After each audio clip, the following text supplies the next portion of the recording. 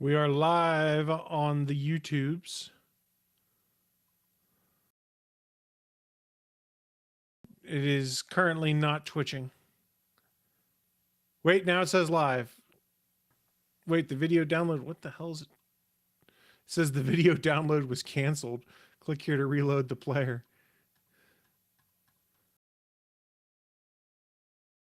That's weird.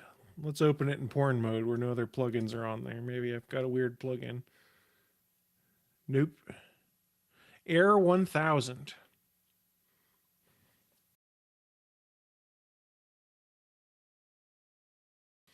That's what I was wondering too. I didn't think when streaming at high bit rates, clear browser data, disable extensions, flush DNS. So evidently it's on my side.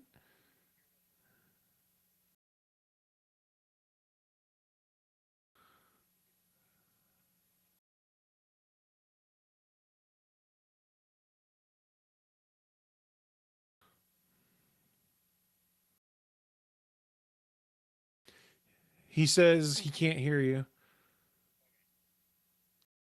I don't know. Can you hear any of us, Albert? Check, check, check. I don't hear Albert. Now you can hear me. Now you can hear me. I think you can hear me, but it was probably better before when you couldn't hear me. It was better before when I wasn't here. So they were saying on Twitch they had this issue, fixed it going into settings, streaming, multi-track video, and checked enable enhanced broadcasting in OBS. Multi? The path they said was settings, streaming, multi-track video, and then check the enable enhanced broadcasting box. I don't see that streaming. This is a 5-month-old Reddit post, so maybe something else has come up since then.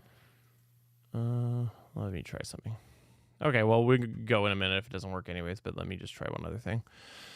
And then I'm not gonna... Okay. Twitch video settings, main encoder. Then this other guy said he had the same problem. He was streaming in 16:10 instead of 16:9, and that fixed it when he changed it to 16:9. Huh. Weird. Very weird. I'm gonna try changing something. What if it's 16 by 9 3/4? That's metric.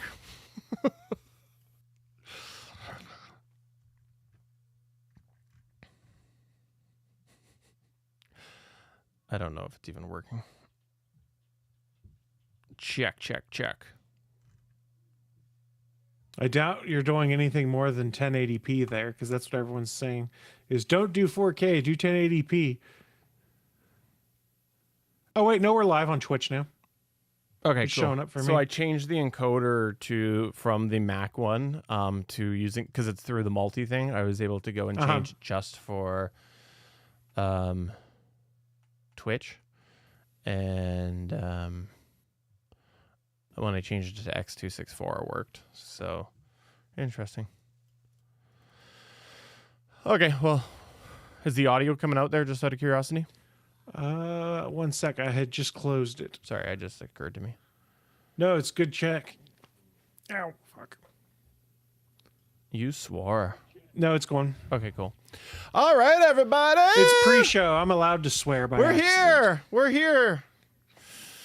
And not using Restream this time. Yay. You guys won't be able to see each other's chats. So sorry, Ernesto, you won't be able to see the other chats. You'll have to watch the screen. That's one step at a time. One step at a time. Change the embed platform down at the bottom there. So one step at a time. And then next time, I think... Yesterday, I stumbled in to actually getting the cross-posting working, but I don't actually know what I did. So there's that. But if you watch the bottom, you can at least see everything. So sorry about that. Yeah, I don't really have anything else to say. I guess that's the show. Hey, should we go? Is that everything? Should we say bye now? Let's she do- goes. Okay. Bye, guys. Okay. See you next week. See, that's really how the show should be. I should remove my audio, and Chris should remove his video. Then we're saying, Yeah, no one wants to see my face. Least of all me. oh my God, what the fuck did I just do here? How am I? Apparently, if I drag to the very top, it pins it? That's really weird. Okay, cool. Didn't know that. All right, I'm good. Are you guys good? I'm superb, in fact. Superb owl. Guys, you can say Super Bowl on a podcast now. I don't know. Whatever. All right, let's go. I just like to talk about the superb owl. All right, I'm good. Just followed on Twitch. I make no promises. I don't know if it's working. I don't know that we'll be there in the future, but hey, most of the people are chatting in the Discord, but It does play nice with the Blue Sky Live embed, though. It's pretty nice. but I hope to do the cross posting, but that's cool. All right. Well, let's go.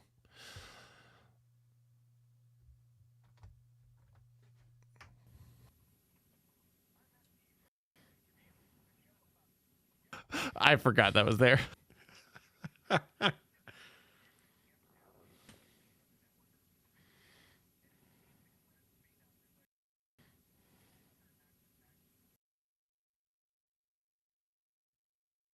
They can't hear it. Hold on. One sec.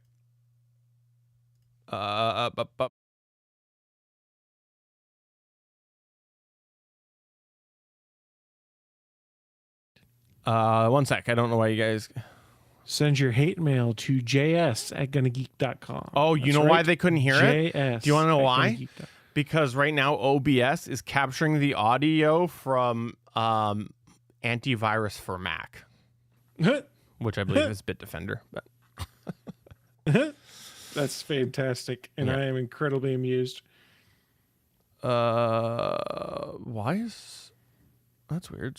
The Stream Deck does not show up any of the Come on, Eileen. bum bum bum bum. I am stapling. You're what? It's from Community, Oh. where the dean's singing that, and he's doing paperwork, and he's like, and I am stapling. I've never actually watched Community, any of it. Oh, man, Community's hilarious. I am a big fan. I heard that if you like Chevy Chase, you'll love him in that.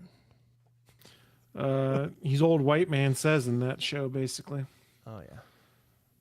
Yeah, there's no video right now, Albert. We're a black screen. Yeah, currently. sorry. I need to change the screen so that it says something. Sorry, everybody. Technical difficulties. This is the technical difficulties song we sing about technical difficulties on the technical difficulty part of the show. Now they should be able to. Nope, still not working. So it might not get anything. So.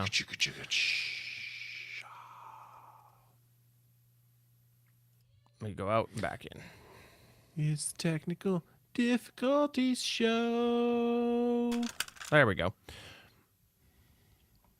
This time I will go.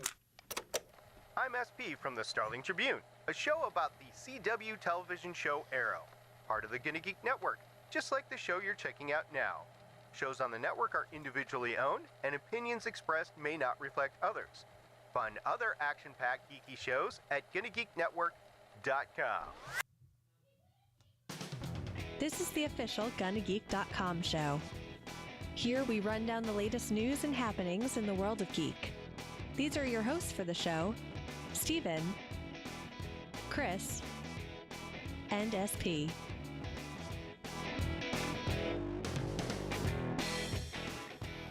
Welcome to an all-new episode of the official Gonna Geek Show. I am Steven, and I am pleased to say Chris Farrell is here. I'm pleased to say I'm here. And I am equally pleased to say Stargate Pioneer is here. I'm a little bit depressed, guys. I'm post NFL season depression, and now I'm post Olympics depression. It's like a twofer this year. But just know this. We are probably about 5 days away from the Hallmark movie starting for this year, right? They've already started. I mean, They NHL started for New Year's Day and then the Valentine's Day. Oh, you're talking about the holiday. They have the whole Christmas in July that starts in June. Oh, right. I forgot about that.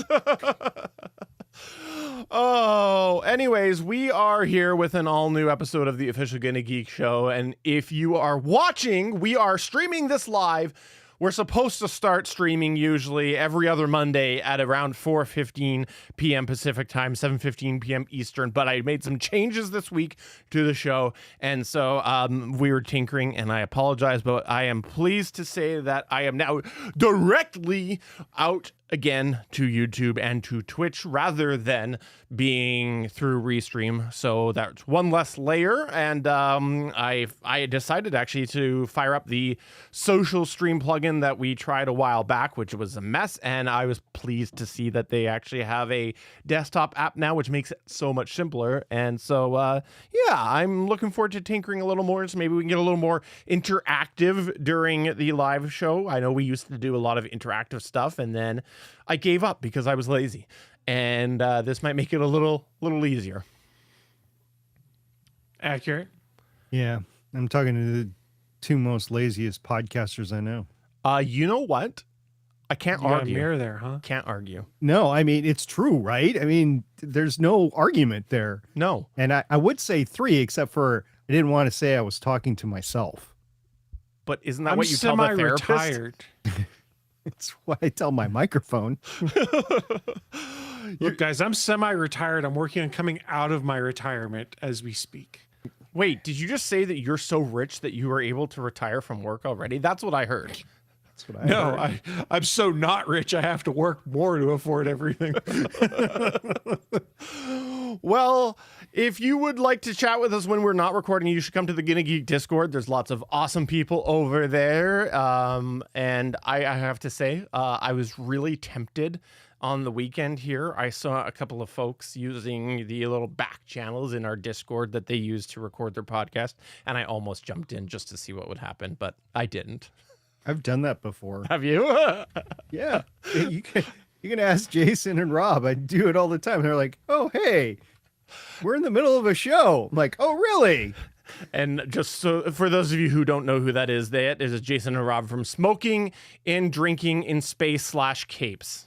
I know it's not really a slash, but I'm going to go with it. Go with Sadix with an X now. Sadix. Yeah, I think so.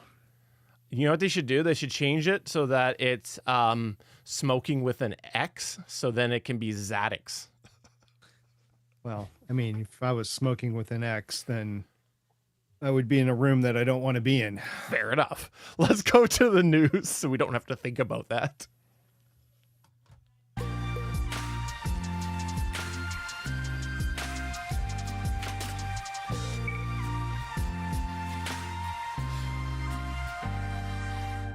Sorry, Chris. No, you're good. That was pretty Scared loud. the shit out of me, though. Okay, I did curse on stream right there for real. I don't know. I'll edit that out. I don't know what to do here. How to adjust it. You're At fine. least they don't hear it. But yeah, I that was really wasn't loud. prepared for it. If I'd been prepared for it, it would have been fine. But I was just like, what the hell? For those of you that don't know this, I can see them when we're on those screens, and I see Chris do this with his ear. Yeah, I just reached for the volume and turned it all the way down. That hurt. And they get a different volume to them than you guys get. So yeah. Actually, it's a whole different bump. You play one bump for us and then a different bump for everybody else. Yeah, that's right. I sit there and really it's Oh, just dear. me singing to them is what it is. Yes. He's quite the singer and I songwriter. am not. I think I know how I can turn. Well, whatever. You guys deal with it. No, don't worry about it. You We're know good what? now. The I'm outro will be prepared. okay. So I think the outro will be okay. Yeah, because I'll just do this. All right. All right. right, let's start off with some news here out of the world of Xbox, or if you would prefer, out of Xbox Series Box. Chris, what's going on? Yes, this news kind of came out of nowhere over the weekend, or yeah, I guess it was over the weekend. And it was that Microsoft's gaming chief, Phil Spencer, is stepping down from his position with the company effective as of we record this. He was with the company for 38 years, starting as an intern and then worked his way up to basically leading the entire Xbox division. He's retiring, and they have announced that Asha Sharma, an executive who's currently in charge of Microsoft's core AI division, will be taking his place. This is kind of interesting because it was long speculated that Xbox president Sarah Bond was being groomed as Spencer's eventual replacement. She's resigning from the company as well. They did announce that current Xbox Studios head Matt Booty is being promoted to executive vice president and chief content officer to work closely with the new CEO of the gaming division. Sharma, who joined Microsoft just 2 years ago after stints at Meta and Instacart, promised in her introductory message to preside over the return of Xbox in a recommitment to our core fans and players. That commitment would start with the console, which shaped who we are, but expand across PC, mobile, and cloud, from what she'd written. It gets kind of interesting. This was kind of surprising. No one really knew it was happening. And if you're not kind of in the Xbox sphere or anything like that, you may not have realized that Phil Spencer, he's a prolific gamer, which is why a lot of people like talking with him about things and this. And he shared his gamer tag with everyone. He'd play online with gamers. People could hop into games with him. And if you went and looked at his back catalog of games he'd played, it was rather large and prolific. And why do I bring that up? Well, because of that nature with Phil Spencer, the first thing everyone started doing was going and looking up Asha Sharma's gamer tag profile on Xbox to give us some insight into the kind of games that she liked and things like that. And they're noticing, there's not a lot of stuff on there. And for what it's worth, I think it's a dumb thing to judge someone on who's going to be leading that to be like, oh, they don't have a ton of stuff on their gamer tag profile. Fine, that is what it is. What I did think was interesting is she's been speaking to fans on social media and was asked what her top 3 games were, or game franchises, and her top 3 picks for greatest games ever were Halo, Valheim, and GoldenEye, which are all pretty solid choices. Did enjoy those selections. So that was kind of neat to see, but Xbox is kind of in a rough spot. I'm not really sure. Do you guys think this kind of shakeup is the thing they need to try and push Xbox out of its decided slump and regression and loss of prominence in the gaming sphere? Go ahead, SP. I heard that Sarah Bond and Phil Spencer were leaving Microsoft to go work at McDonald's because they heard that the hourly rate at McDonald's was obscenely high. Is it? Is it?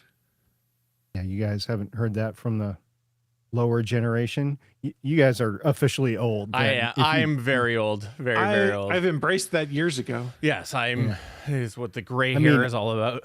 I'm older than you guys. I have a granddaughter, so, I am definitely old. I think this is the future of gaming. I think injecting AI into gaming, either as an assistant in the development or I get you, Chris. I understand. Games are art. AI is not art. No, but you can utilize it to do cool things. Like you can storyboard and then you can give it to the AI and then it will make it. That's not art. I think all right, you can shake your head and everything, but that's exactly what's going to be affordable to make your video games. It's what's going to be affordable to make your comics, and eventually it's what's going to be affordable to make your TV shows and AI your movies. slop is not art. Look at anything that's put out there. It's trash. Today, you go a few years into the future, and it's going to be good. AI is never going to be able to capture the heart and soul that people put into things like that. I'm sorry. I think that the reason they're doing this is because they're floundering a bit with how to continue being profitable, because they had a pretty good profit stream for a little bit out of Game Pass and everything. But now you saw them jack the price way up and people aren't going along for the ride. Like they're downgrading to lower membership or they're canceling altogether. And so what looked like a really good future for Game Pass and subsequently Xbox is not there now. And so I think that they're trying to figure things out, and they're putting the person in that's got some AI experience. And, Well, I think and the whole- unfortunately, that's where they're currently making money, probably in Microsoft. I don't even know about that, but I think the whole "an Xbox is everything" campaign is kind of what hurt them. We're like, you can do Xbox on anything. So then why do I want an Xbox? Do have an alternate theory here, is because that AI digital farms, the server farms, are just taking so much up that you're going to have to turn your console gaming into server farm gaming pretty soon. So having that sort of background might assist that somehow. Yeah, I could see that. The other thing as well is I wouldn't be surprised if they are just wanting to put somebody in that doesn't have a footprint in the current state of things, because with Xbox, AI doesn't have any feet, Steven. fair enough. But I mean, like they you'd said whoever was thought to be the one to follow Phil Spencer, but I think that they've made a conscious decision that we need totally fresh blood in here, so that we are not carrying that baggage of the past. And that can work, but it can also really, really screw you over. So I do think they need some fresh stuff in there, because look at all of the studios and whatnot that Microsoft has bought over the last 5 years. Then look at all of the studios they've shuttered over the last 5 years because things haven't worked, and how they've pivoted to, well, we'll sell our games on anything. It's not working. You need to do something. Now, the real question is this a visionary shakeup that's going to cause something to change, or is this just a yes person for Satya Nadella that's basically going to do whatever he wants and effectively kind of lead to a informal and then finally a formal shuttering of the Xbox brand? I don't know. I would tell you right now that we're already getting the rumors of the next gen Xbox potentially coming out in late 2027. I have literally no interest in that right now. And maybe it's just because my backlog is huge, but it also took like 3 or 4 years on the Series platform to actually get games that pushed that console to its limit. So why the hell would I be wanting to upgrade now, especially when everything's uncertain? I always say, like, the state of Xbox, I think, can be summarized in the current naming of the console. Xbox Series is the current generation. That's the current generation. Xbox Series X, Xbox Series S. And that's dumb, especially when your predecessor was Xbox One S and Xbox One X. Like, so dumb. And I think that, if we can get some decent naming out of this, sounds good. Add up how many generations there's been and start there. Well, of course, Microsoft is too big to fail. We haven't ever seen any company that was too big to fail, 10 years ago or so. Boing, Enron. Excuse me. boing, Yeah, that too. boing, What is boing? boing, Oh, boing. I gotcha. I was trying to think what it was a reference to, and I was in a very adult place. If you have any thoughts about this, please come to our Discord, because we do have a gaming channel in our Discord. We would love to have your thoughts. I know that Chris Farrell said that he's going to go over there right now and ask what people's thoughts are about this. He told me specifically through telepathy that he is going to go post in the gaming channel and say, what's your thoughts? Because we want you to give your thoughts over in the gaming channel at GonnaGeek.com/Discord. We would love to have you over there. And while you are over there, you might want to check out the space channel, which is called Outer Space and Science Talk, because SP has some space news. I don't know why that felt like it needed a delivery like that, SP. Was that the transition?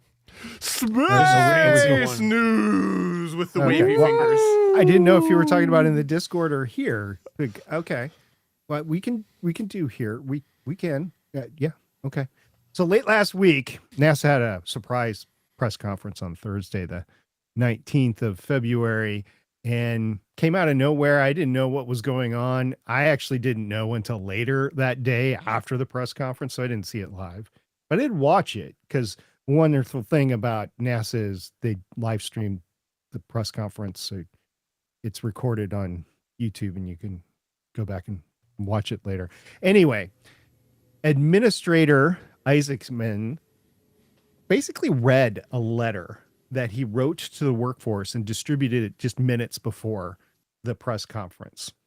And he stated that an independent report will be briefed to Congress and released to the public sometime next week. I do believe it was released earlier today. I haven't read it yet. I've read an earlier version, but I just skimmed through it, so I didn't read the whole thing. Let me read you a few of the quotes. By the way, this is to deal with Boeing's Boing. Starliner and the stranding of 2 astronauts up at the International Space Station a couple of years ago. So here's some quotes, and please bear with me. I'm not reading the whole thing. These are just some of the quotes. What kind of bear? Panda, grizzly, I koala? like panda. Okay. The whole panda. Yeah. I'm okay with that. Yeah. Okay. Anyway, quote, mistakes occurred from the program's inception and continued throughout execution, including contract management, oversight posture, technical rigor, and leadership decision-making. While we have identified organizational root causes, the technical investigations to identify proximate or direct causes for the service module and crew module thruster anomalies remain ongoing, acknowledging that present-day reality is essential to mission success. First, NASA's limited touch acquisition and management posture left the agency without the system's knowledge and development insight required to confidently certify a human-rated spacecraft, and insight versus oversight was not applied consistently. Second, Boeing's propulsion system design and certification approach allowed hardware to operate outside qualification limits, which is incompatible with crew safety margins. Incompatible with crew That's strong. safety margins. Very strong. Third, NASA's programmatic desire to maintain 2 dissimilar crew transportation systems influenced technical and operational risk discussions. It is through this lens that we examine leadership decision-making through the phases of the mission. More than 30 scheduled CFT launch attempts created cumulative schedule pressure and decision fatigue. Prior OFT thruster risk was never fully understood. Corrective actions from OFT-1 were incomplete, and flight rationale was therefore inadequate. Witness statements routinely reflected a belief that the management within the commercial crew program could only succeed if Starliner launched. Ladies and gentlemen, that's Go Fever. Okay. Quote, disagreement over crew return options deteriorated into unprofessional conduct while the crew remained on orbit. Witness statements described an environment where advocacy tied to Starliner's program viability persisted alongside insufficient senior NASA leadership engagement to refocus teams on safety and mission outcomes. Safety and mission outcomes. That's twice in this letter. Okay. We'll continue. Quote, despite the loss of 6 degrees of freedom control and cost thresholds exceeding a Type A mishap by a factor of 100, a mishap was not declared. Concern for the Starliner program's reputation influenced that decision. Ultimately, these decisions were inconsistent with NASA's safety culture. Wow, that's another one. A subsequent independent investigation was commissioned, and the record is now being corrected. Today, we are formally designating this event a Type A mishap to ensure lessons are fully captured for future missions. Programmatic advocacy exceeded reasonable bounds and placed the mission, the crew, and America's space program at risk in ways that were not fully understood at the time decisions were being contemplated.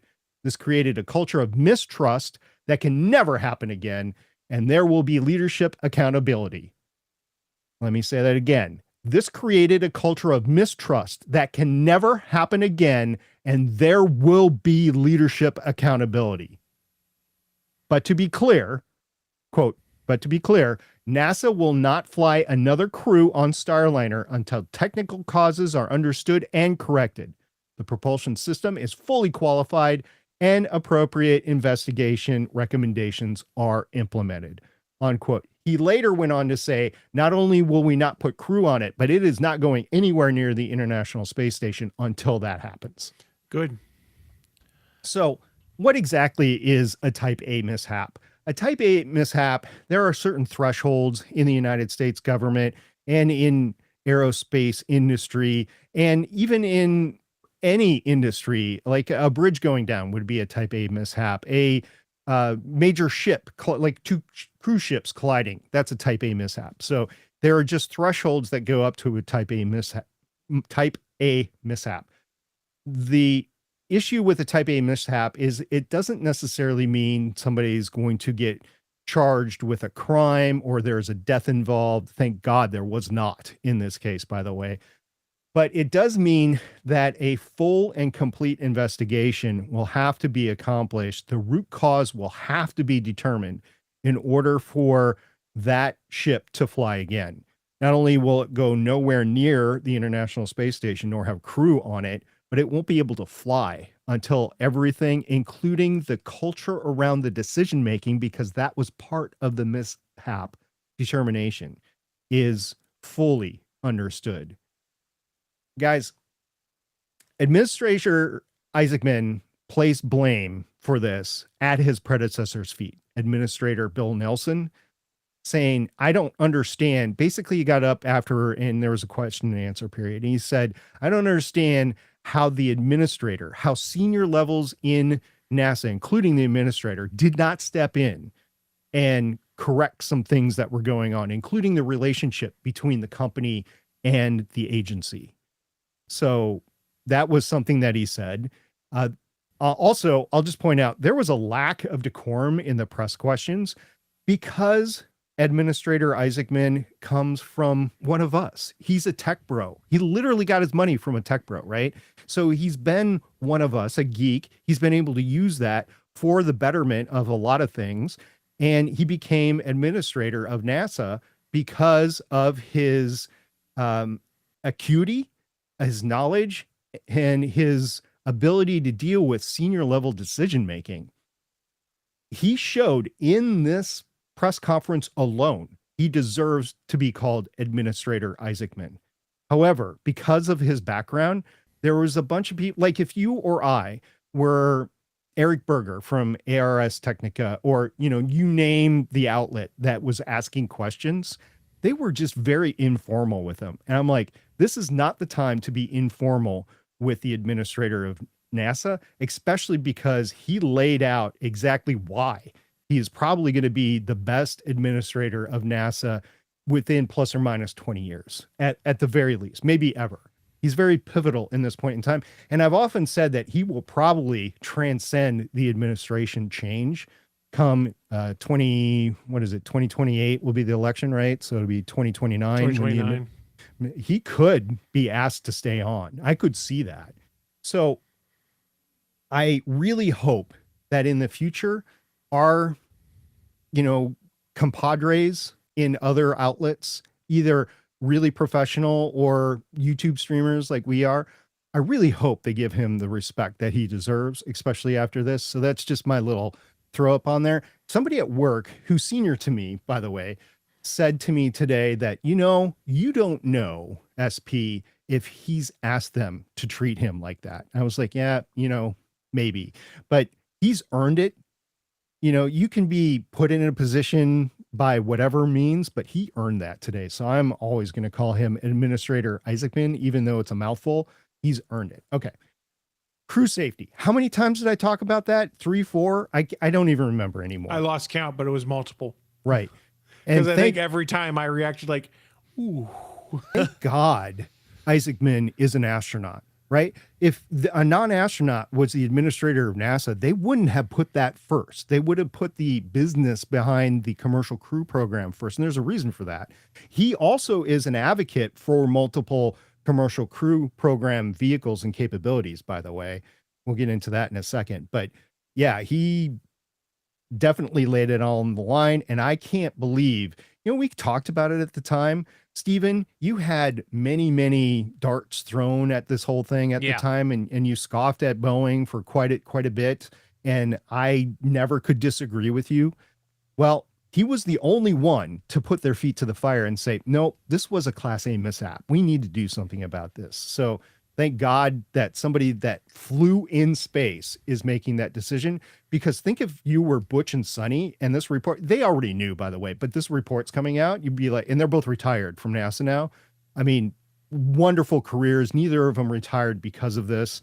But yeah, if I was one of the two of them on that test flight, I'd be like, thank God I'm still alive, because I might not be. And thank God, and Administrator Isaacman actually said the crew on the panels that were making the decision to bring them into the space station saved their lives, and they went beyond the safety margins of the test flight to get them to safety.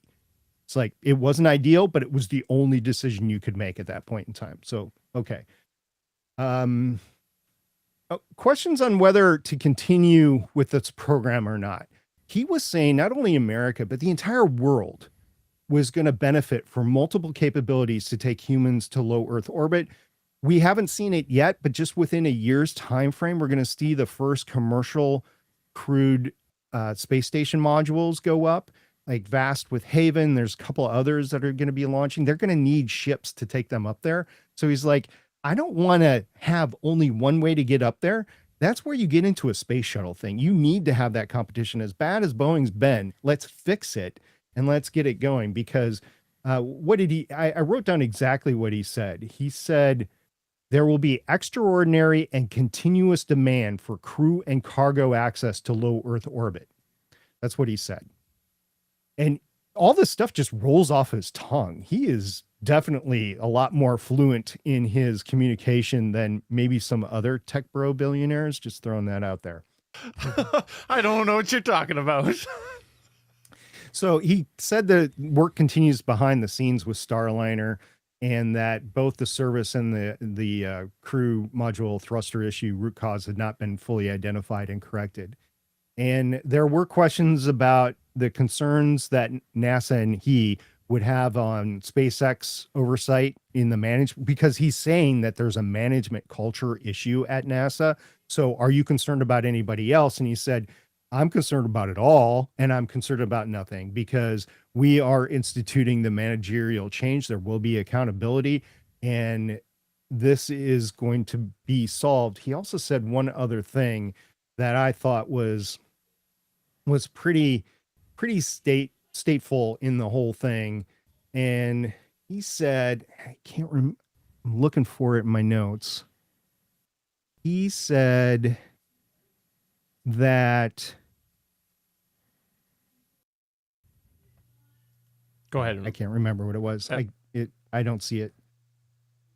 Anyway, his presence in front of the press and answering the questions, they were having some trouble hearing some questions. And I think they used that to dodge some of the questions that were being asked. Oh, But it wasn't too intentional. If you get Isaacman on a one-on-one, he's not going to dodge the question. We've seen it in both his confirmation hearings. He'll come right back at you. Like, Chris, I think you pointed out the question that he took about, so you use SpaceX, you use Dragon. What's your relationship with SpaceX? What's your relationship with the owner of SpaceX? He's like, look, they're the only ones that I could have gone up to space with. You give me another option, I would have chosen them. But this is what I want to do. So, guys, I think this is very impactful. It is showing that mistakes were made. It is showing how lucky they actually got. It is showing that this could have been as bad as Apollo 1 or Challenger or Columbia. This is that bad. He also pointed out that Class A mishap would be the same as the WB-57 that went down. That was also a Class A mishap. So he was putting some context to everything. It's not like there has to be a total national tragedy for this. It could just be an isolated thing to get to a Class A mishap, but it does trigger a lot of automatic things. And he said, this is norm in industry, this is norm in the government, and we need to follow the processes. And they were not being followed. So I'm making the process being followed. So there you go. From what I was reading, it was almost the point where had things gone bad at the wrong point, they could have lost the entire ISS. Yeah, is because what it was could have being slammed right into conjectured. the. Yeah. Yeah. So They- we're talking, that's billions lost if you Yeah. consider all the time and money that's gone into getting the space station set up and running and things like that. And there were It 7 does sound- people on the space Yep, station at that and time. 7 too. souls. So the fact that tragedy was avoided is a good thing. The fact that we still don't know why some of this happened is something they're really going to need to have to figure out. But hey, at least there's competitors in the space sphere. The problem to me, it sounds like, just from some cursory skimming and some reading I'd done on this earlier, is that there were some people that were of the mindset, hey, we need competition for this. And that put them in blinders to any of the issues that it may have had because of their want of competition in this sphere. And hopefully that is some of what is corrected going forward, is that our desire for competition doesn't outweigh our desire to get a safe space platform out there. He didn't say this, but I read between the lines and it wasn't that, although that was what it was being said. I think the read between the lines of we need to make sure Boeing is successful here. Mm-hmm. And Boeing does have a lot of history because they bought a lot of the companies that have done Sure. back to Apollo, landed, Northrop Grumman did the landing, the LEM for the moon and everything. But interestingly about Boeing, they were not at the press conference. And earlier that day, just hours before that, they put a sly press release out and they said, we're moving our headquarters from Washington, D.C. back to St. Louis.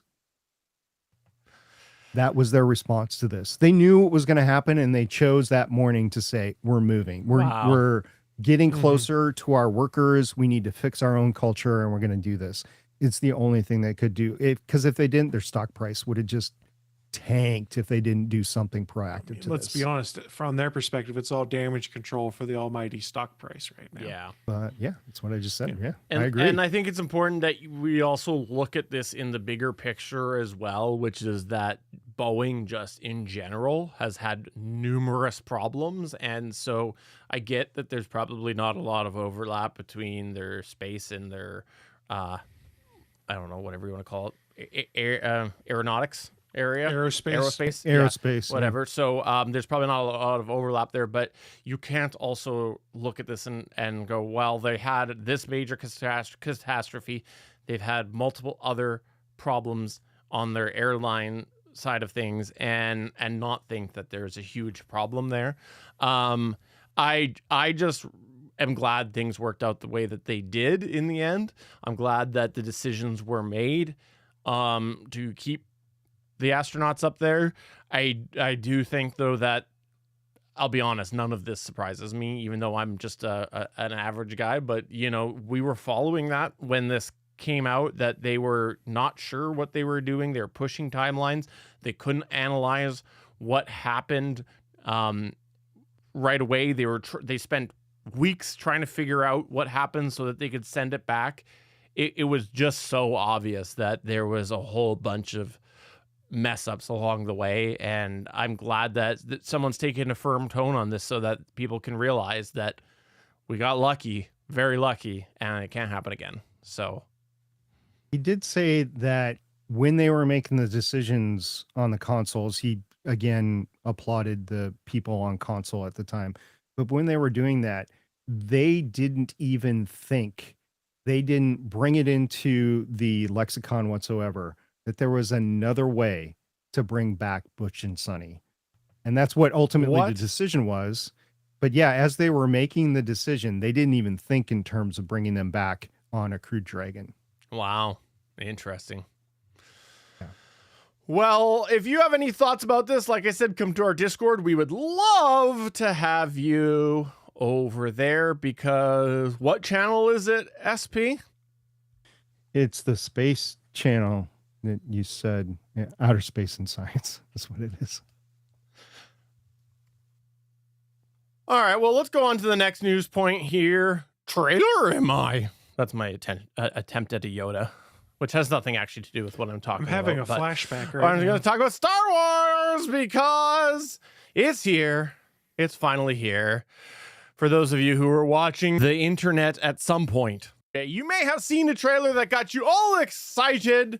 That's right. The trailer is out for the next Star Wars movie. And I know what you're saying. If you are just like Chris Farrell, you are saying, Self, I really would love to see some more Kylo Ren and maybe see some more information about how we're all Skywalkers. And if you are saying, I'm so excited to explore that a little further with a new Star Wars trailer, well, guess what? It's not happening because this is actually about The Mandalorian. The Mandalorian trailer hit the airwaves yesterday. It's been long awaited, and the official full trailer did come out. The movie is titled The Mandalorian and Grogu, and it debuted the full trailer, as I said, and it's going to star Pedro Pascal, perhaps in voice only, I don't know. But other cast members include Sigourney Weaver, Johnny Coyne, and Jeremy Allen White. So this movie is not going to be on Disney Plus. No, it is going to hit the actual big screen, and it's going to come out on May 22nd. So my question for you guys is, what did you think of the trailer? And also, do you think Disney is going to be more inclusive of Star Wars fans who haven't followed The Mandalorian and associated shows religiously? Or do you think they're going to continue on their recent trend, you know, sort of post Disney Plus, of just not being able to figure out how to balance any form of franchise storytelling but between diehard fans and casual fans? Chris, you mind if I go first? Proceed. What was that? What? That was a flashback. What? You said you wanted to go first in response. Go ahead. You can go ahead and respond if you'd like. All right. All right, strap in. For those of you that didn't gather, that was from the last episode, that whole section. I made one mistake. I tried to cut out all the yesterdays and I missed one. But anyways, for those of you that didn't know this, I screwed up 2 weeks ago. 2 weeks ago, I thought that the Super Bowl trailer was new. It was not. And I was wrong. And then because I'm lazy and take forever to post things, by the time I posted the actual episode, Chris had come in and informed me that there was actually a new trailer that had come out. I think it was this past weekend. So anyways, we are recording this today on the 23rd of February. So I was just ahead of it. I just was ahead of it. You're a visionary. I'm is what you're saying. visionary. I was connecting to my future self. You're kind of like how Harry Kim does in Star Trek to save the Voyager. Ensign Harry Kim. Captain at the time. Whatever. No, he made captain. At He some made point. Admiral, We have actually. confirmation. But Admiral from Starfleet Academy. Yes. in anywho, yes.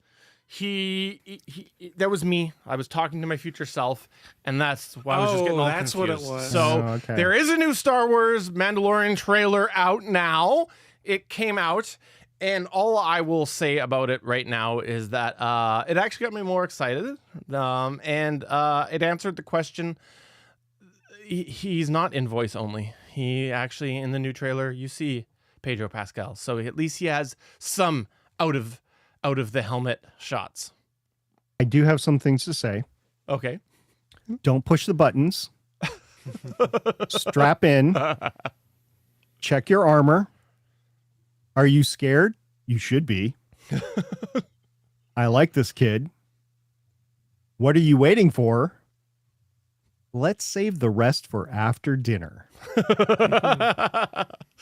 It looks good. It looks like it's going to be fun. I got a question for you guys. At the very beginning, there's an astromech that is, going towards the Mandalorian ship. You think it's R2? I think it's entirely possible because it'd be real easy for them to change the colors a little bit in post production or pre production here. It's not even colored. It's darkened, so you can't Yeah. tell the colors. So I think it could very well be done. They've already shown they have the tech to do it with what they've done with Luke Skywalker in both The Mandalorian and Book of Boba Fett. I would be interested to see if that's the case. My guess, probably not, but they want this conversation to occur of us being like, oh, could it be Luke? Could it be Luke? No, that's not where I was going at all. I was sticking on R2. In the chat, Kent says, could be KT, question mark. Yeah, I mean, it could. I'm just saying R2 because, that would be the link to the actual Star Wars that everybody grew up with, or at least people that are old as me. Well, I guess the real question is, what do they want to do with this? Do they want to kind of move this on to being its own thing where it's not as dependent on the original trilogy and you just kind of have separate Mandalorian and Grogu stories and stuff like that? Or do you want to keep doing the callbacks to the prequels and the original trilogy? I don't know what their grand plan here is, and this may give some insight into what Dave Filoni is thinking for the future plans of his Lucasfilm now. I'm really interested to see if they do bring any of that in, because this is in the theaters. It's not on Disney Plus, and I'd love to know, what do the metrics say with current Star Wars fandom? Have most of them actually watched The Mandalorian? Do they have good data to say that, or is it just, we know we have something that works, it's a unique story, it's successful, let's get something back in the theaters? Because they could have put this on Disney Plus, they could have done that, but there's got to be a reason that they wanted to actually let this hit the theaters, and I want to know, is there going to be a tie-in so that the casual person that goes, ooh, new Star Wars movie, let's see what that's about, but hasn't watched Mandalorian, can actually go, oh, this kind of brings me in? Or is it just, we're good, we're just going to let this live on its own? I mean, my guess is they want it to be a standalone kind of thing. But okay, they've got a lot of homages in there to Rebels, to Boba Fett. I mean, because that's the whole Mandalorian thing, right? So you got Boba Fett, which is crossing between the movies and the TV. The crosses are already there. It's just how far do they lean into it? And don't forget, if this is really Dave Filoni, his playground has been the TV world. It hasn't been the movie world yet. How do we feel about them bringing another Hutt in? Yeah, I mean, whatever. we know that they're a syndicate, so sure. Okay. It felt a little too on the nose for me, but that's okay. Okay, so you haven't seen the entire breadth. Am I correct on this? You are correct. Breadth. Yeah, so yeah, the Hutts are all over the place. Yeah. The interesting thing on this one is Filoni is probably producing and probably gets script credits. Remember, Favreau's directing, which directed a lot of the original Mandalorian episodes, which I think had a good feel to them. And Jon Favreau, also pretty talented director in his own right. So I'm curious. I'm still curious on this one. I'm not exactly 100% sure this is going to be a huge success, since it's dependent on a bunch of people having a passing knowledge of the characters, at least from a Disney Plus series, which you're not guaranteed that everyone has seen. How much knowledge did we have before A New Hope? Same, yeah. But The New Hope didn't also make a bunch of callbacks to things that you were expected to know. They referenced a few things, sure, but that's all you got out of it. I think we're so used to samurai. They referenced World War II dogfighting. There was a lot they of referenced the Clone Wars. But this is, I guess, yeah, this is my question that I asked the last time, actually, which is, will they build it in a way that anybody can come in? Because A New Hope, they have to. A New Hope was built that way, but the current iteration of Star Wars on Disney Plus is not built that way, because Disney Plus cannot tell a story. So I really hope that doesn't translate, because this is wrapping up, or was supposed to wrap up, The Mandalorian and whatnot. I think I get the feeling just from watching the trailer, this is just a space adventure with characters that we saw in a separate series. I don't know how much lore building there's going to be into, say, Ahsoka season 2 or the supposed Avengers-like movie that combines all of the TV shows into one thing to combat Thrawn. This just looks like a space adventure with the Mandalorian and his son. And I don't think there's anything wrong with that, because when we first saw Star Wars, it was just a space adventure that assembled a bunch of people that we never knew anything about. So if you can follow that same kind of vein, it could very well work for people that haven't seen a bunch of this stuff before. It's just like, hey, cool, it's something Star Wars, neat. I hope so. I don't know. I do have one concern. Okay. So the series ended in a very good place. I just hope they don't ruin that. Great point. Very good point. Well, I guess I think I have been to the movie theater since 2020 once, maybe twice. And so this actually makes me want to go. Are you going to rent out the whole place, or? No, I'll probably actually not even pay for anything. I'll just sneak in. Sure. Yeah. It is easy to do. I mean, Nobody cares anymore. It's like the people you see online where like, oh, I got all my candy and they didn't even check. It's like, look, the days of people caring, and they're long gone. There's some person that just wants to hang out at the movie theater and get a paycheck. That's what it is. And at the end of the day, they just want somebody to please come sit in my theater. Yeah. All right, well, let's go on to the next news point here, which is all about X-Files. That's right. We're going to pretend like that last season didn't happen, because I don't want to talk about it. Oh, and I God, only watched that was half awful. of it. I watched half of it before. I was like, this is trash. I am getting out of it. I don't want to watch this. But we did get some interesting news, and I think this was either just today or yesterday it came out. I forgot to grab the date.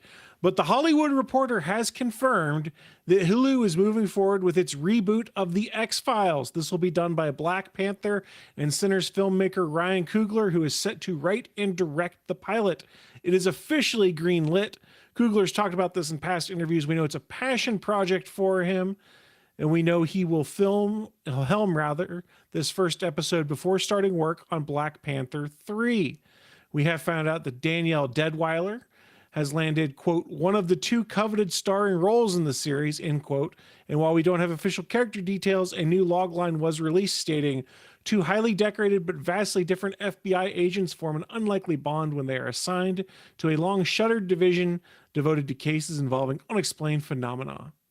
They did state as part of this press release, this serves as a loose sequel to the original X-Files. That leaves the door open to cameos or other connective tissue from the original series, and hopefully not like the last season of said original series. But it would appear that Ryan Coogler is succeeding in at least getting his pilot greenlit for the X-Files. He's a very talented filmmaker, writer, and director, so I'm kind of cautiously optimistic that this will be good and turn into something that's interesting.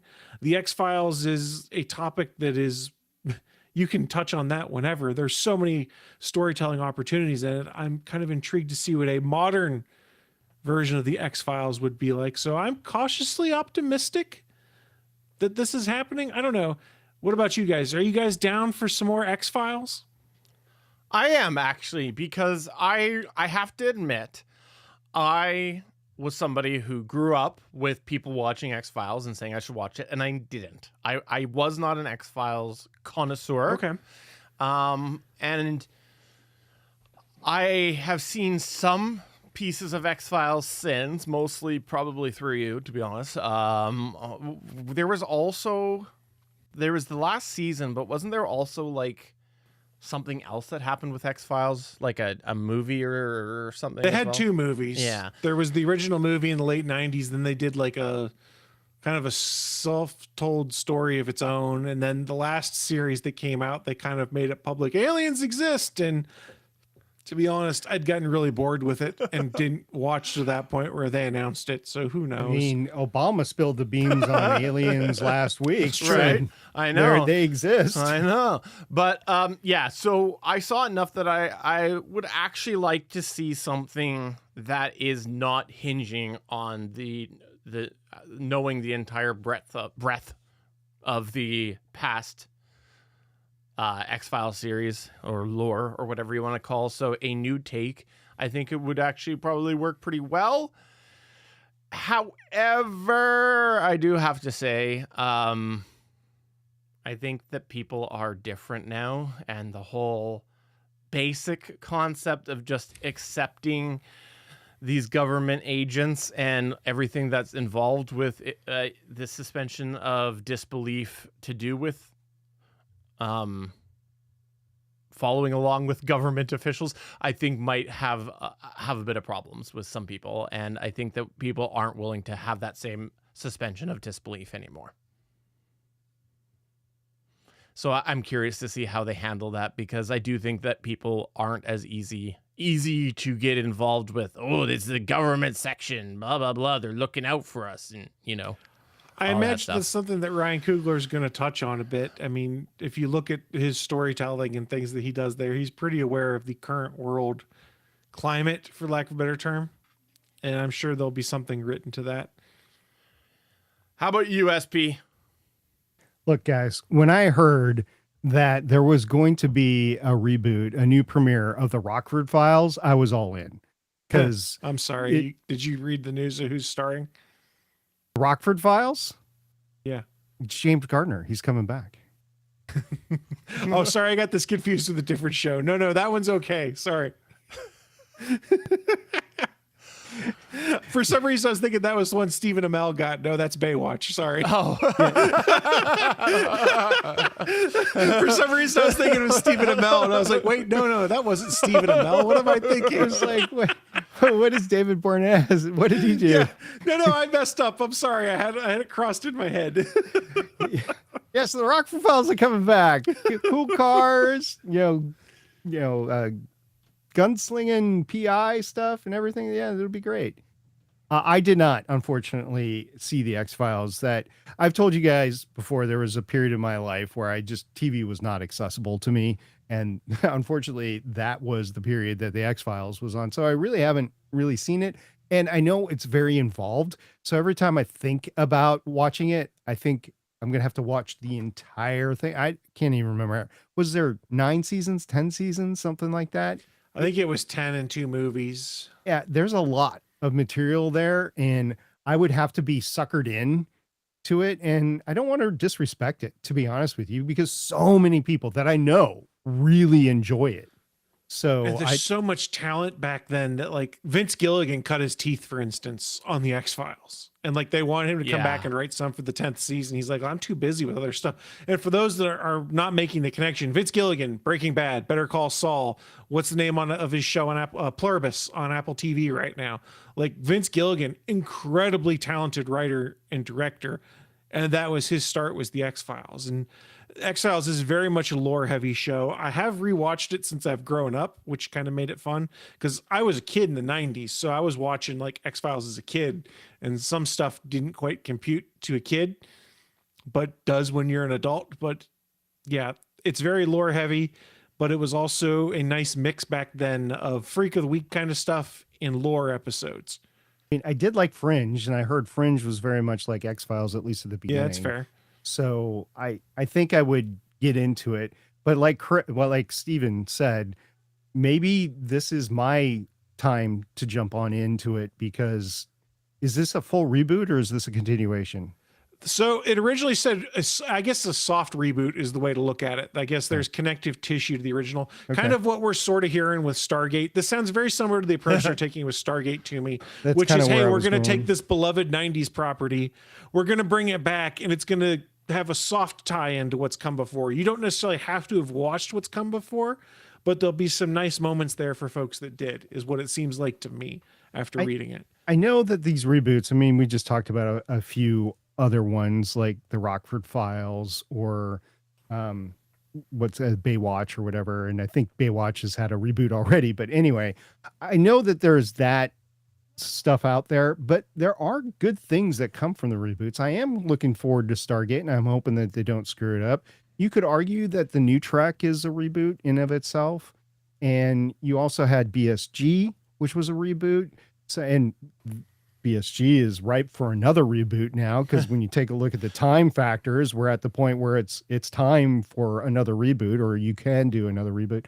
So I'm cautiously optimistic on this. I hope that the fans aren't let down, because you have to start with a fan base these days.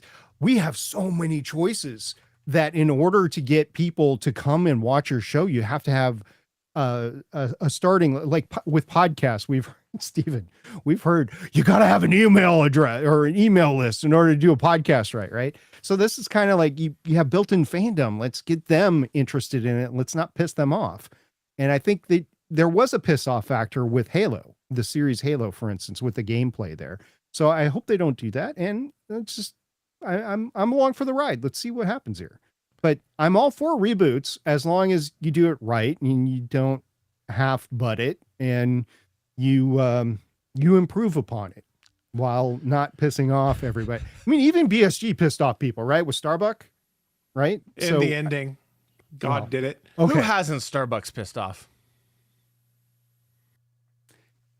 You know, that goes so many ways.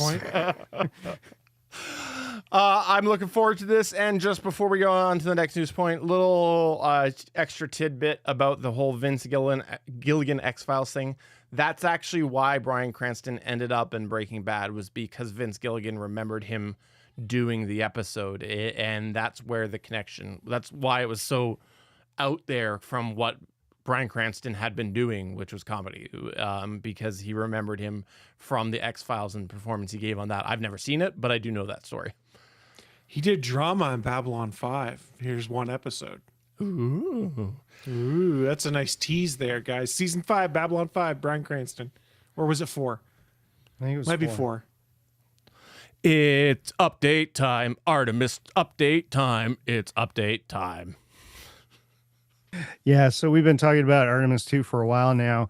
They were on the pad since we discussed this last time. They actually did a second wet dress rehearsal. It was successful all the way to the end. I watched it all the way to the end. That was a long day. and it was successful. They did everything they wanted to do. And I thought, okay, we actually might be launching in March. And then the next day, we got to roll back to the VAB, the Vehicle Assembly Building. I was like, oh, no. So Isaacman got out on his Twitter account, his X account, and he said, yep, we got to roll it back.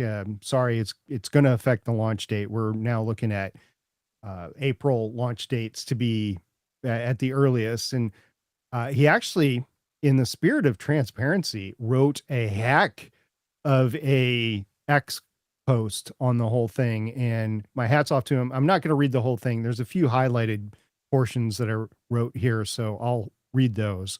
He says, quote, regardless of the potential fault, assessing and remedying any of these issues can only be performed in the VAB, which is the Vehicle Assembly Building.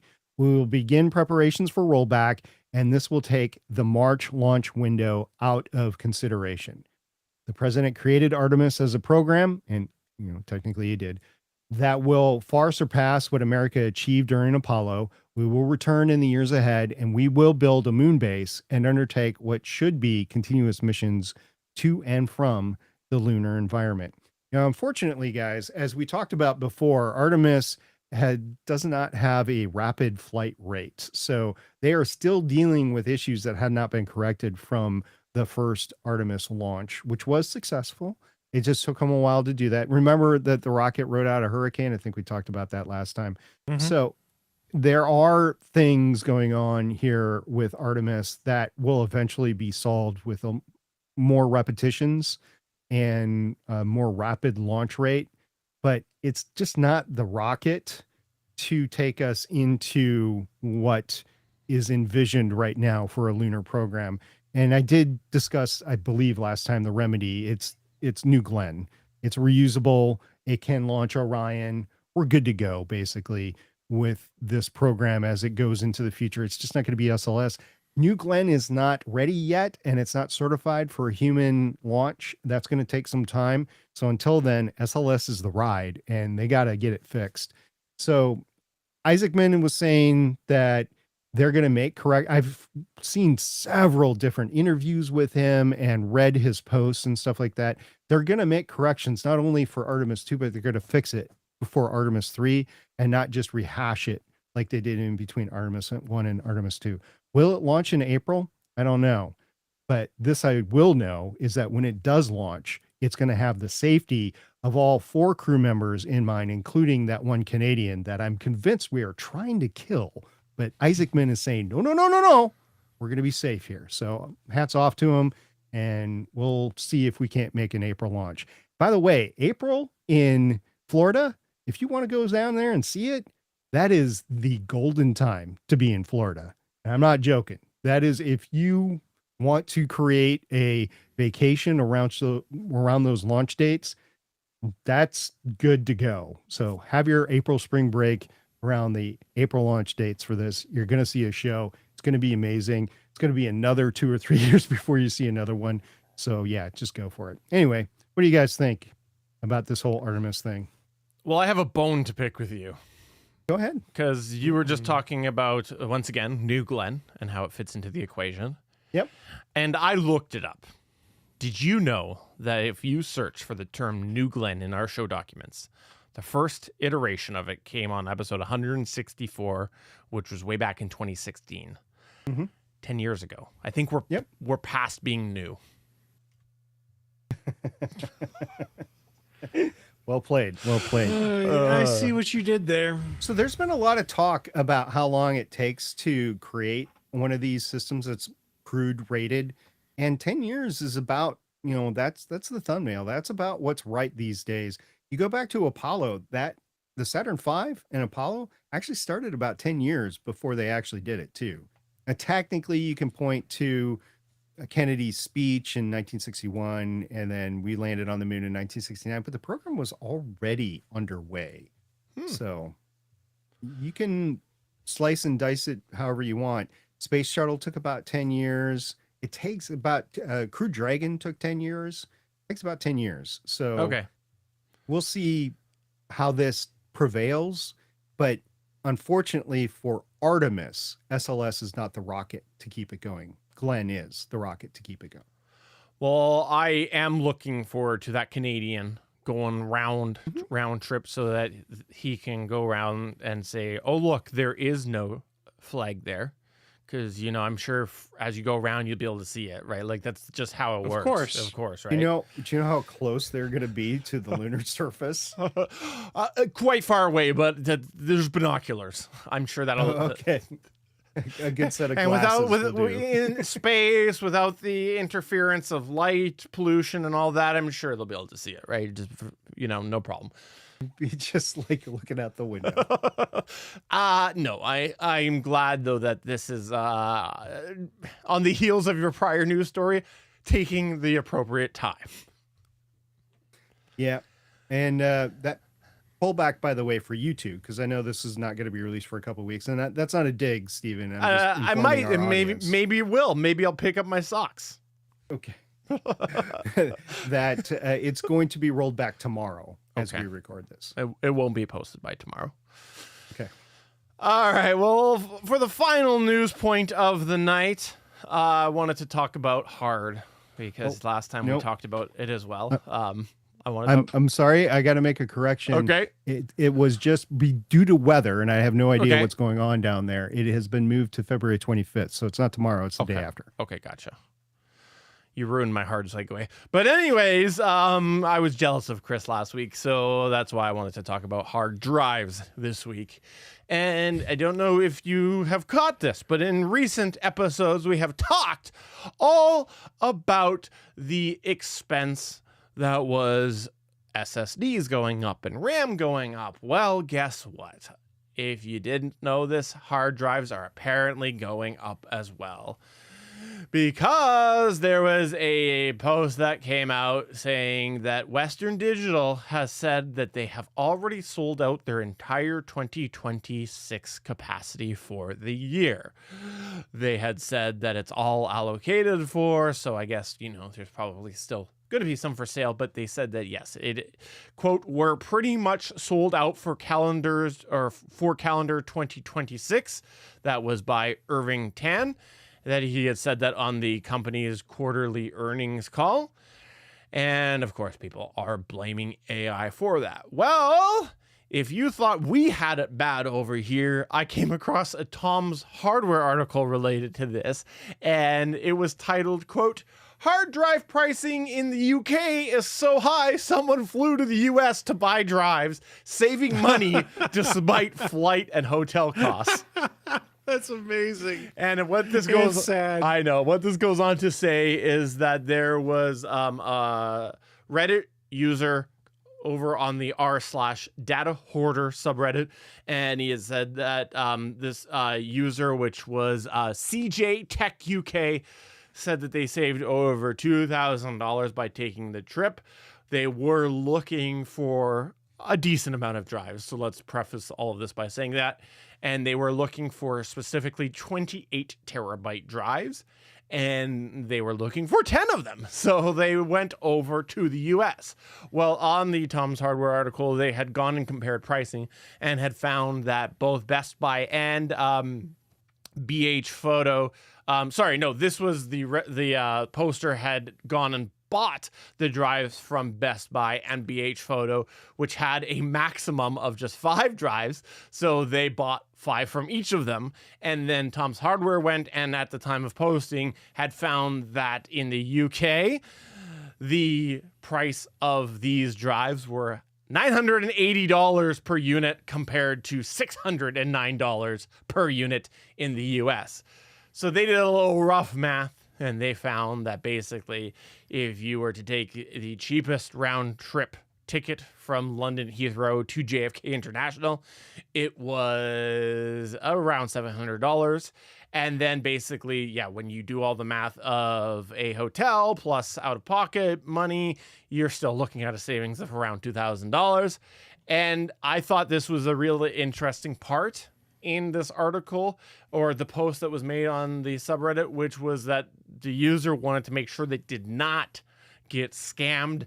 So they made sure that they went back to their hotel room and looked at all the drives and tested each and every drive before they left with C-Tools, Crystal, and even made sure that they were copying files on to make sure that they didn't get scammed with some swapped out drives. So this was the extent this user went to. Obviously, very unique situation.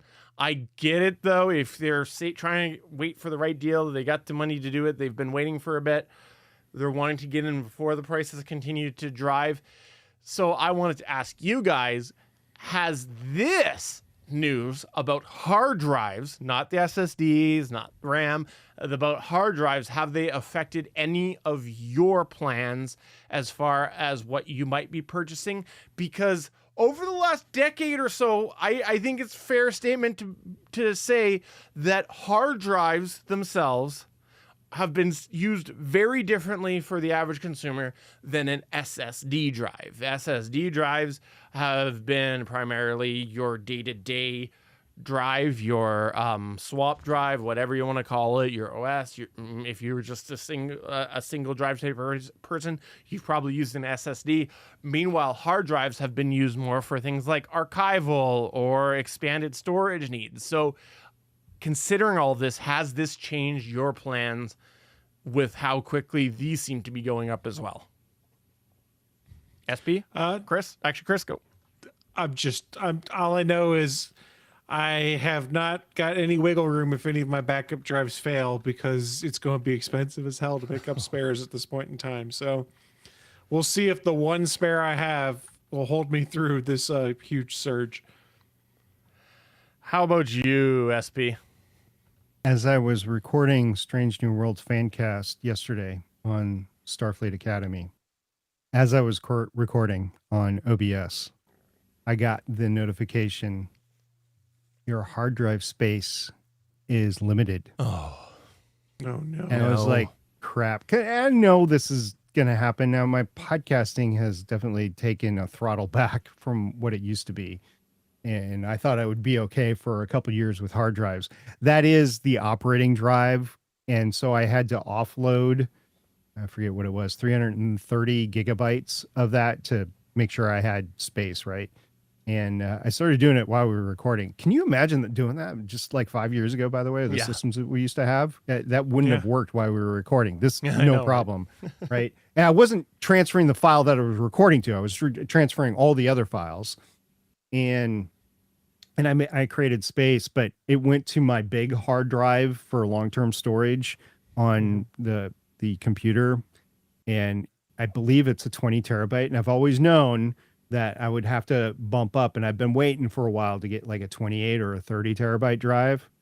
And I always wanted to go Western Digital because in my opinion, they're more reliable than like Seagate. And that's from personal experience too, by the way. And so I'm not saying anything that I haven't gone through, but yeah, I'm looking at Newegg right now. There are no Western Digital above a 26 terabyte. Those 26 terabyte drives are $900 for Western Digital. The Seagates are more closer to 600, and they're like 28 and 30 terabytes. So knowing what's happening right now, I might actually go pick one up to replace one of my drives. I don't know if I can buy a new system these days. Like the laptop that I just got, which I have not opened yet, but the laptop that I just got was expensive enough. It was $3,500. If I wanted to replace the system that I have now with new components, it'd be outrageously expensive. Yeah. So I'm going to try to ride this for a lot longer than I had wanted to. And we'll see how it holds up. Eventually it's going to break and I'm going to have to buy something new. But yeah, this is affecting my decision at this point. I had to get, so the laptop I had to get, that was a had to buy. There's personal issues going on in my life that I had to get the laptop to be able to function for work mobily. So that was, unfortunately, I have to buy one. And since I was buying one, I also wanted to buy one that I could also use to podcast. Makes sense. So and I'm going to, in my mind, have it for 6 to 10 years. So, okay, I'm okay spending that much. I really didn't want to, but I'd always known that my next purchase was going to be pretty expensive when it came to the laptops. So I'm not okay with He's just not okay. having- He saw those prices. He's like, I'm not okay. oh my gosh. And there's limited amount. Like before there used to be a couple dozen. And now when I click in stock and go above 26 terabytes on Newegg here in the United States, I don't know if it's the same in Canada, there's only 5 drives. That's it. Remember we used to wait for good sales on Yeah. hard drives? Yeah. Yeah. That ain't happening anymore. Grab them while you can. This is the new, well, so is memory, but this is the new graphics cards, right? During the pandemic. It's the same thing. Graphics cards are kind of some of the graphics cards too still. Yeah. I can get so I'm okay getting like a 50. I was looking around. I'm okay with getting a 5070 at Okay. a reasonable price. Is that the melting connection one? Is it? I don't know. I'm not sure. I thought I saw an article today, something about it, but Probably. no. So it's interesting because I'm in a similar situation, but my concern here is like I inherited a while back NAS with a bunch of 8 terabyte drives. And so I've used it. I had it, might as well use it. And so the thing is, though, it has several 8 terabyte drives in it. And I configured it because of the amount that were in there to, I believe, use 2 as redundancy.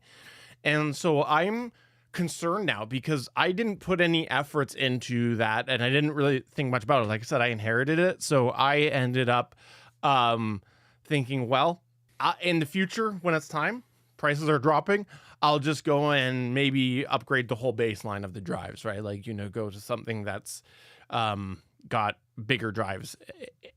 But now I'm sitting here going, okay, what happens if one of those drives dies? I'm going to want to replace it because of the fact that I want to keep that redundancy in there. So I think I got to go and pick up, if I can, any 8 terabyte drive and just let it sit here ready to go, because it's not a matter of if, it's a matter of when.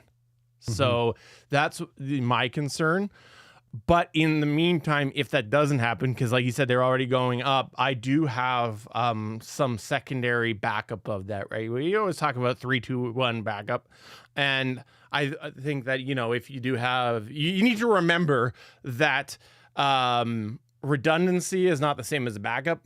And so I have a backup system going on right now, but I think I really need to spend some time making sure that my critical data has some checking going on to make sure, some corruption checking to make sure that anything that is backing up to a second regular drive, not in an NAS, is making sure that the corruption protection is on, so that if the NAS starts to go, that I'm not losing that information, because I could be in a situation where all of a sudden I go, this is not feasible for me to continue this NAS right now. I need to wait and bide my time, and I might have to just end up being on a few single drives, not in a NAS situation. And so making sure that I have that backup really going on, I think is important, because redundancy with something like RAID or ZFS is great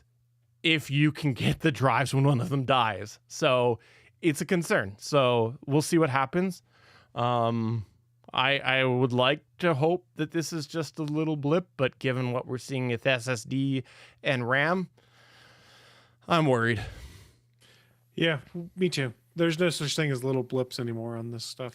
I went and actually just on my lunch today, went and dug out my bin full of 2 terabytes and I think I had a 4 terabyte in there, but just drives that didn't really fit a purpose anymore for my storage.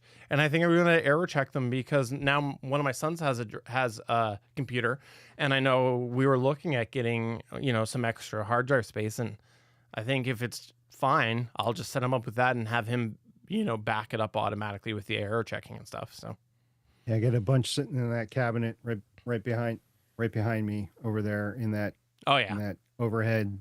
So if you're a criminal looking at this and you're looking for the hard drives, that's where it is. But yeah, this is gonna hurt. Yeah, This is gonna, and also I'm very glad I still have Backblaze. Yeah, because if one goes down, at least I will have the data. Hopefully, if everything works right, at least I will have the data that I will be, because these drives are going to run longer than I want them to. Exactly. So ultimately, they are going to fail. So I need that backup. As you're saying, you have rated redundancy. I don't, but I have Backblaze redundancy. Yeah. So. All right. Well, if you got any thoughts about that, you can come to our Discord, and there is a tech and gear channel there, as well as a smart home and home lab channel. Maybe that'll one of your maybe one of those channels will fit to your post. That's what I was trying to say. So come on over to our Discord at GonnaGeek.com/Discord, and come on back in 2 weeks from now. We should be recording the next episode of the official GonnaGeek show. A couple of us will be there for the audio listener. SP Chris just had some balloons go around him. We still don't know why, but before the show, he ended up doing a thumbs up, and the thumbs up emoji came up, and now he had balloons. So that's what's going on. He's got some more balloons coming again. And I assume it's something to do with the Mac, because I know that happens on the iPhone. So I assume it's got to be, but I don't know. If you would like to watch these balloons happen, though, as I was saying, come on back in 2 weeks. A couple of us will be there for that. I won't tell you which of us will be missing, because maybe you won't end up wanting to come if you find out. But come on back in the 9th of March at 4:15 p.m. Pacific time, 7:15 p.m. Eastern, in theory. I'll throw that out as a disclaimer every single time, in theory. Chris, anything you want to say about your balloons? I have no idea what's going on, but I was able to replicate it and the thumbs up. So I guess I need to go turn something off on Mac OS. Sorry, guys. SP? I'm so jealous. I'm so jealous.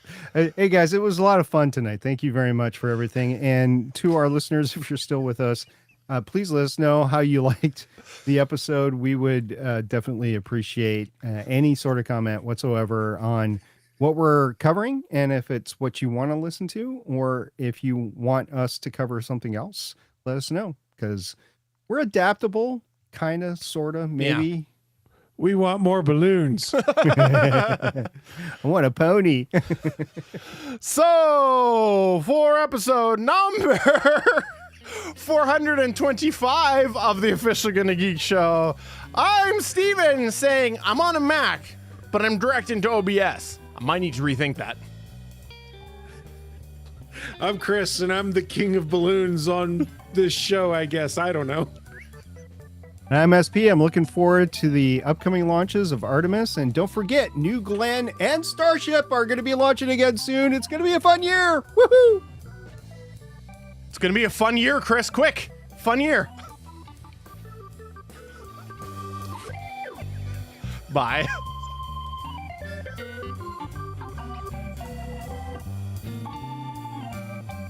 Thanks for checking out another episode of the official GonnaGeek.com show. If you like the show, please give us a 5-star review in Apple Podcasts or a thumbs up on YouTube. You can always join us for our live recording sessions at www.geeks.live. And remember, you can find our full back catalog at GonnaGeek.com/show. If you're itching for more geeky content, check out other shows on GonnaGeekNetwork.com. Voice work was by Emily Prokop of The Story Behind podcast. That's it for this episode. We hope to see you back again next show.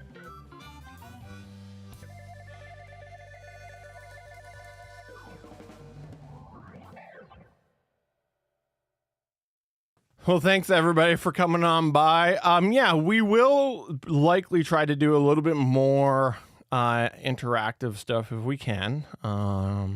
We'll see how it all goes. But for those of you that missed the beginning of the show, I did, switch over to a different way to embed that chat at the bottom. I am now using Social Stream. I think I called it Streamlabs during the show, didn't I? Or did I not say? I think you called it Social Stream. Okay. And Thank you. You called it net streaming. oh, perfect. So I switched over to using netcasting and Netcasts you love from people you trust. no. Well, anyways, You can't use that. It's probably copyrighted. so yeah, gonna hear it. I switched over to that, but there was no cross posting, but I do believe yesterday I did get it going at some point, but it wasn't consistent. I couldn't figure out how I got it going. And so I do need to spend a little bit more time. And so hopefully the cross posting will come back. But in the meantime, at least they're all in the chats. I actually like this chat better. And I saw that it embedded the GIFs, but I also like that it's got people's icons. I think that's neat. Yeah, can't use video.ninja and OBS. Yes, that's what I am using is Video Ninja for Well, so Kent is like, what are your recommendations or alternatives for Discord? Because, the Discord identification. Oh, issue. yeah. So then, Yeah. that's probably the way I would use it at this time.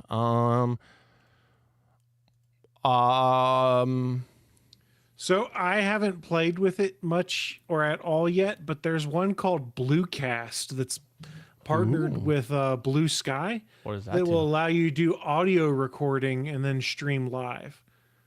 Oh, interesting. But I think it is capped at 60 minutes as the trade-off. Oh, But it is designed to work on desktop or on mobile, it appears. So that might be something worth looking at that could be helpful for you.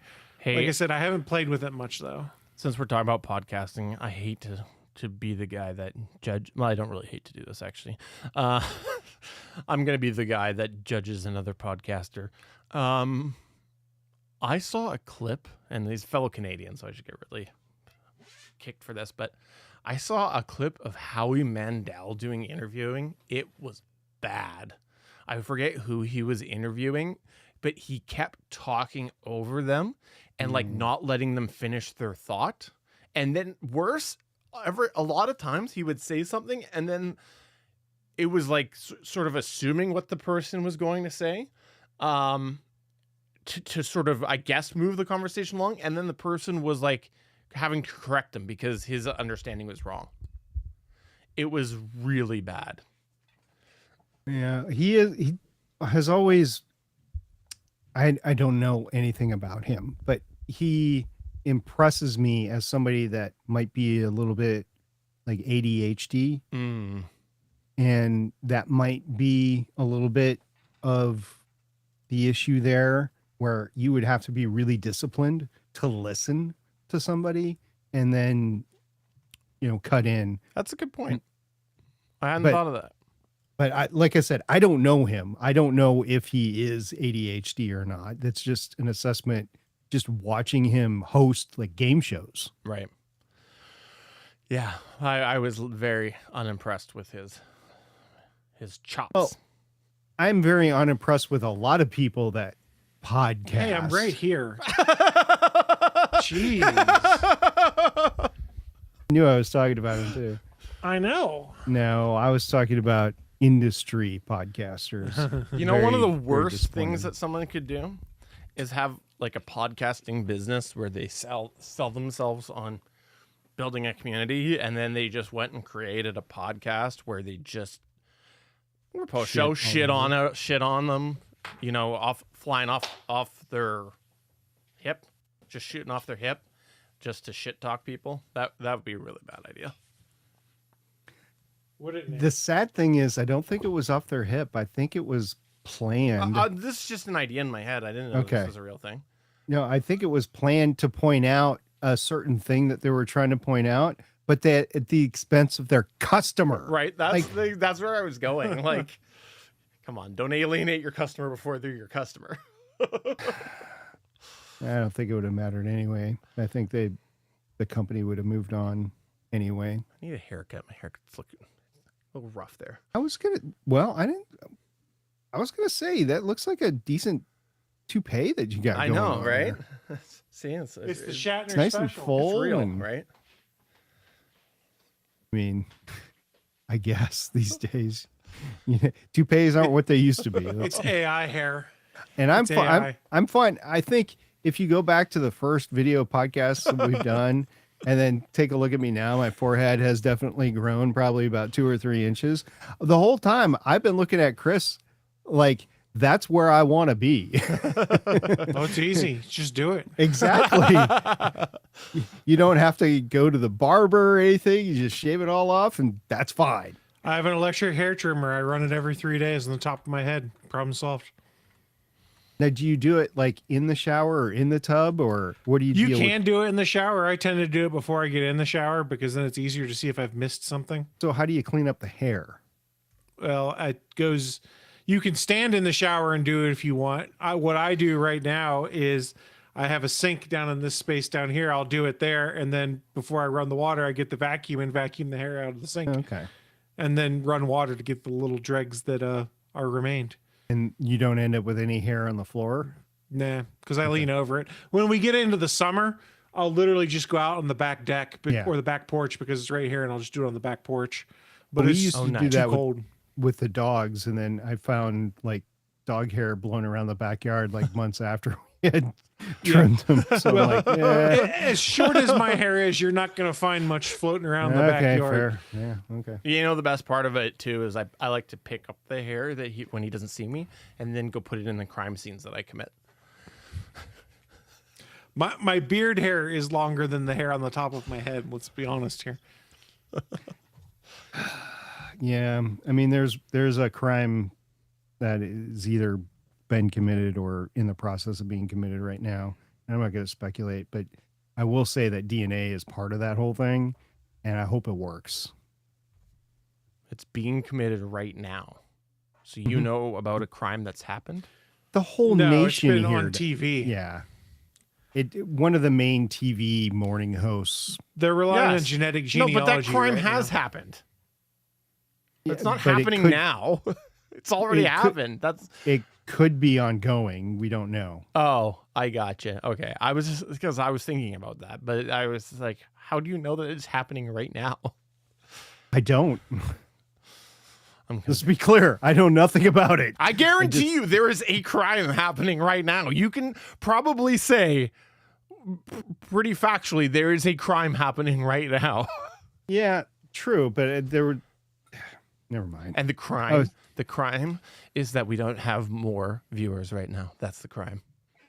I think the crime is that we are subjecting our viewers to ourselves right now. You gotta wait less than a minute. Hold on, let's see if this works. Do you guys like the way that I copped out on? Do you like how I copped out on my news point? I enjoyed it. I entirely hadn't planned to touch on any of the stuff in the script. I specifically wrote the stuff in our docs so that you guys weren't like, "Why has Steven got nothing in here?" It was just to throw you off. I can manually trigger the reactions too, evidently. Can you? Yeah. Oh, So where if you go to your camera, in the toolbar, it should show up as a green light on the top of the page. Oh, it's then it's go to in reactions. So is this in video? No, this is just on in macOS itself. You should see a little camera on the top right-hand corner in your toolbar where the time is and all that. There should be a camera logo that's green because you have a live and active camera. Oh, yeah. I see. Click on that, go down to reactions. You got all sorts of things. It's raining. I don't see the camera. Maybe are you on the new? Oh wait, here we go. Oh, Oh, yeah. wow. I can't. Yeah, seem that's to not get the me. Camera thing. I'm pretty sure Logitech might have something, but I'm whatever. No, this is built into macOS, I believe. I know. But I'm saying Logitech probably has something, and I'm using a Weird. Brio. I can't see. Open your eyes, Steven. Odd. That's okay. Here, let's do. Yeah, this. that's pretty cool, Chris. It doesn't do a terrible job either, especially with my background and the depth of it. You know, I was thinking of this the other day because AI has advanced so much. Just a few years ago, we were talking about VTubing. Like if you wanted to remain anonymous, my podcast, the VTube thing. Oh. Now, have you seen like the dog podcast thing where, you know, that the people are hosting it, but their avatar. I'm Steve Boyd from Walking the. Seen that? No. Can be there tonight. Okay, So I'll happy send to you be something part of next there. time it pops So up. Alpha episode Geek 101. Radio, This is the hello. earliest I And could I find. apologize, Alpha Geek Radio listeners, for the This is delay. We will try to interesting. do We better were- next camera- We time. were much Reaction. different people back then. Hello, Alpha Is that right? Geek. I think so, Hi. Hello. Now, those a- of okay, you guys, who so are we're on watching here for the Edge light live right stream now. right now Literally just put a can light see bar that we around have all of a my monitor for lighting. Oh, cool. That's neat. Yeah, it's. I don't know why I don't see these settings. Maybe you don't have the newest version of macOS. I don't know. do, but I'm like when I go in, so I see the little thing, I see the camera icon. And Yeah. then it just says swap. like privacy and OBS Studio. All right, I'm going to show you my entire screen now. Oh, it took it away. Yeah, Swamp Wrap. I am on Windows 11 now. Oops. Oh shit! I just took a Which we- screenshot of something. Sorry. Swamp Wrap. Yeah, I'm on Windows 11 and I have a Logitech Brio, but I do have a C920 and a C922 also hooked up to my computer. See up here where my cursor is, where it's on this this hold on. monitor. 1 sec. I didn't realize. I don't see nothing. It's not sharing it. You got to go into video and see his screen. And video.